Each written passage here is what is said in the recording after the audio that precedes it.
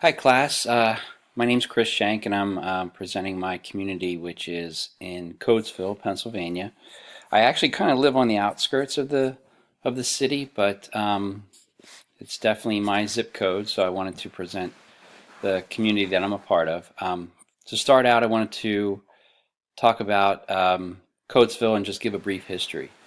So the city basically sits on the bank of the Brandywine River in Chester County, PA. Um, and it was first an Indian village, and was developed off of trade and fur trapping. And the records date back to 1714, and a guy by the name of William Fleming from Scotland was pretty much the first landowner, and he sold that land to Moses Coates, who was a farmer in the community, first postmaster, and bought the land in 1787. So the landscape changed with the development of the America's first turnpike, in which Coatesville was the midway connecting Lancaster to Philadelphia on what is now known as Lincoln Highway or Route 30. So the town was kind of nicknamed Midway. It was kind of an important point in between the major cities of Lancaster and Philadelphia. And in this town or nearby was a sawmill, and it developed into an ironworks, which was then formed into our nation's longest operating steel mill, which was Lucan Steel Company. Um, and that was the major industry of this area and what pretty much got it going. Coatesville was changed from a borough into the first and only city in Chester County in 1915.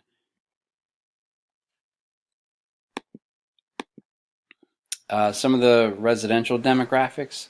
It's roughly 13,000 people, and it's not huge. It's about 2 square miles.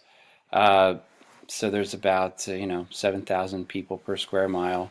It's mostly African American at 43%, 35% are white, 20% Hispanic or Latino, and the rest, which is about 2%, is includes Native Americans, Hawaiian, or Asians.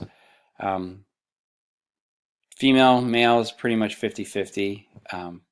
Most of the people are above 18 and under the age of 65, but less than 10% are under the age of 5, 30% are under the age of 18, and less than 10% are over 65 years. The education, high school graduate or higher is about 80%. Bachelor's degree or higher over the age of 25 is 13%. So it's not a real high number. Median household income is less than 36,000, so that is definitely lower than the state average of 50,000. 68% of those over the age of 18, or excuse me, 16 represent the civilian labor force, and most of them are female. Um, Over 30% live in poverty, which is higher than the national average, and the crime rate is close to double the national average. So there is an effect when that steel mill closed. It affected the economy, and crime rate definitely is an issue in this area. The school district is ranked pretty poorly, actually. It's way down. It's 466 out of 500 for performance in the state of PA. A lot of scandal involved in the town's school district, with people being fired for embezzling money and some other issues that were in the news with violence in the school. Like I said, Lucan Steel is probably one of the most important industries that this area has ever seen. If you look kind of on the one picture, it's the booming postcard of Coatesville, which was this huge steel mill that actually provided a great deal of steel throughout the nation. And you can kind of see the other picture where it's kind of a rundown, broken windows and kind of abandoned. Only a fraction of it still is in operation today. The huge piece of metal that you see in front of this other building here is actually a piece from Ground Zero on 9/11.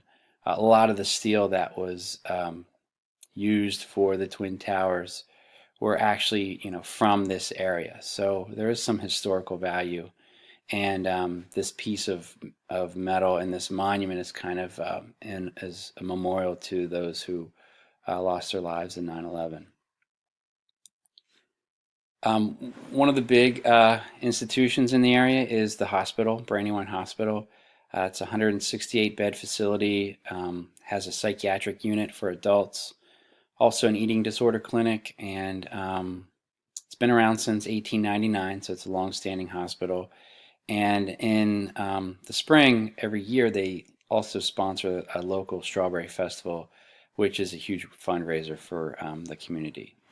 And the reason I mention this could be one of my internships for my second year in the psychiatric unit. Another long-standing institution in the community is the VA hospital. So this is, one of 150 VA hospitals in the nation, almost a 400-bed facility, and offers a lot of services to the veterans in the area. Just in the past year, it served nearly 2,000 patients and over 250,000 outpatient visits. So, and it's a huge employer of the area. Of employs over 1,200 people. So, with a population of 13,000, that's a pretty big number. Some other institutions in the area, there are a great deal of churches. Coatesville has several churches that have been here for a long amount of time, and these are just a few: Episcopal, Baptist, and Methodist. But you can see these old stone buildings that line the streets in Coatesville, and there's definitely a strong religious presence in the community, which is a good thing. Another local institution is the Brandywine YMCA, and it's been long-standing. It supports a lot of community events, a lot of sporting events, such as the swim team, a local swimming pool. Both of my sons have been members, as well as my family. We belong to the swimming pool. We go there every summer. My son was on the swim team. They both played t-ball and soccer at the Y and went there for daycare. So it's been a very big asset to my family and to many in the community at large. Here's a map of Coatesville. As you can see, the Brandywine River pretty much kind of runs right through the middle of town, and that's pretty much where the town was formed. So the inner city part of Coatesville is basically right around where you see Coatesville, the word Coatesville, and there is Route 30 that pretty much runs right by Coatesville, and this was the midway between Lancaster and Philadelphia. So it was a good linkage between those cities, and it still is today. Here's some more maps of Coatesville. This is actually a map of Chester County, and this is the Coatesville area right in here. And you can kind of see this is pretty much where all the school districts are divided. Unfortunately, like I mentioned before, Coatesville is ranked one of the, not such a good school district in the area. Like I said, there's been financial scandals and some violence in the schools, and it kind of gets a bad reputation for performance scores as well. And if you look where Coatesville is, where it is, here's Lancaster, here's Coatesville, and Philadelphia is right here. So basically you're looking at Coatesville being the midpoint in between those cities. Assessment of the community, long-standing historical roots, strong sense of community pride from a lifelong residents, especially in the high school sports and parades. Coatesville is a small community.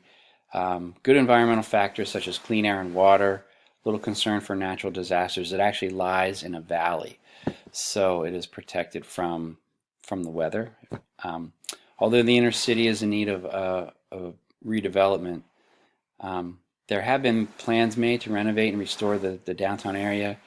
The location of the city is within public transportation to Philadelphia via train.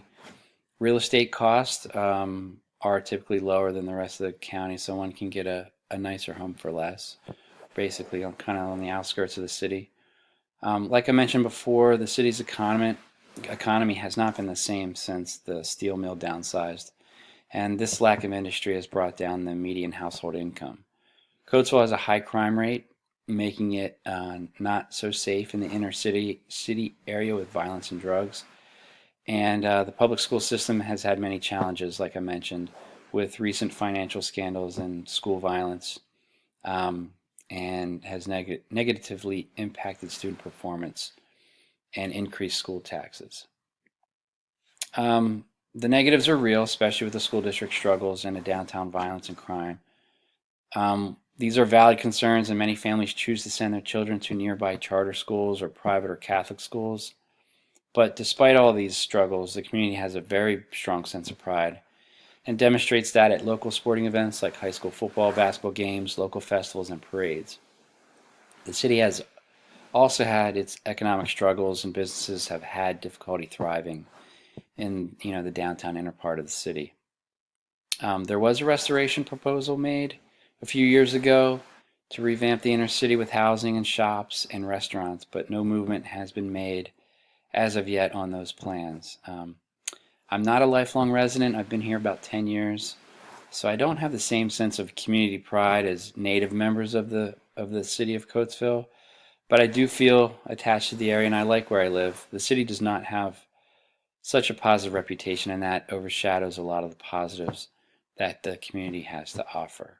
Like I said, it is a nice place to live, but there are some factors that definitely give it a lower rating, I guess, as far as a good community. And I mentioned those with the economy and the school system. So I hope you liked my presentation. Just wanted to kind of keep it short and sweet, but I probably went on a little too long. So thank you for listening, and take care, everybody.